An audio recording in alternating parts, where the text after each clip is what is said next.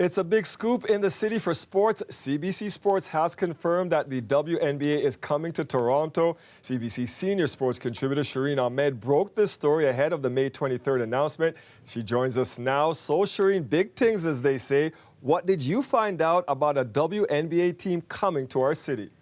Hi, Dwight. So we know this is the 14th team in the league. It's the expansion team, the first of its kind in Canada. We know that Larry Tanenbaum's group, Kilmer Sports Incorporated, had the bid approved. We knew that former Vice President of Basketball Operations for the Toronto Raptors, Teresa Rush, will be leading the new franchise, and they're expected to start May 2026 season. So, as you said, big things. Where are they going to play?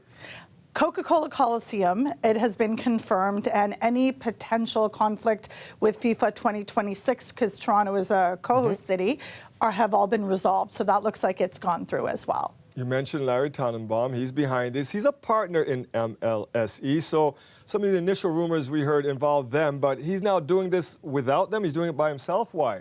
Yes, exactly. So Larry Tanenbaum is a minority owner in MLSE, and the board previously, when they attempted to put a bid through, they overruled. So I think Tanenbaum decided to do it on his own, and he was successful. And, you know, putting together a team, particularly with Teresa Rush, who we know is excellent and has, you know, accomplished a lot with the Toronto Raptors. So I think this is a good sign, and particularly because the temperature is hot for women's sports, particularly in this city. Yeah, we're going to talk about that. Now, you've got a big scoop here with this news that the team is coming, but what don't we know about this yet? So there's a couple of things. Like, first of all, we have no idea who would be on the team. We have no idea where Toronto would place in terms of draft picks. That would depend on the 2025 season. We don't know who's coaching, those kinds of things. And I think it's logos, team, and I have people messaging me going, can I get season tickets? I'm like, the story came out in the morning, please.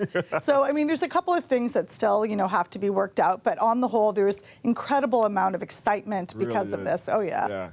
So some of us old heads remember when Markham's Tammy Sutton-Brown was drafted back in 2001. We have Kia Nurse, a star in the league. Aaliyah Edwards was drafted top 6. So what opportunities does a Canadian WNBA team then create for our young players? Well, I'm so glad you said that, because a lot of people may not understand the impact that Canada has had on the global scene for basketball. For example, the Canadian women's basketball team, senior team, has been to the Olympics 8 times.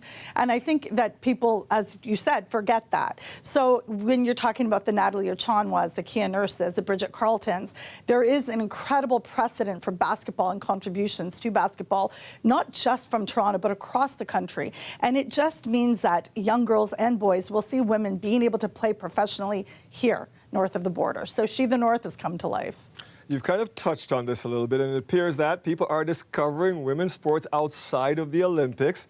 We hear professional women's soccer may be on the way here to Canada. So is equality, you think, kind of on the horizon? Are we at least seeing it, Shireen? Well, we know that the product has always been amazing. We see that with the success of the PWHL, and we've seen with viewership increasing in numbers. For example, NCAA viewership, women's ranked higher than the men's. We know the merchandise has been selling out constantly. Investment is increasing. And so if people aren't on board with the product that we know is excellent, now is a great time to get on board. And as you said, 2025 is the expected date of the Women's Professional Soccer League.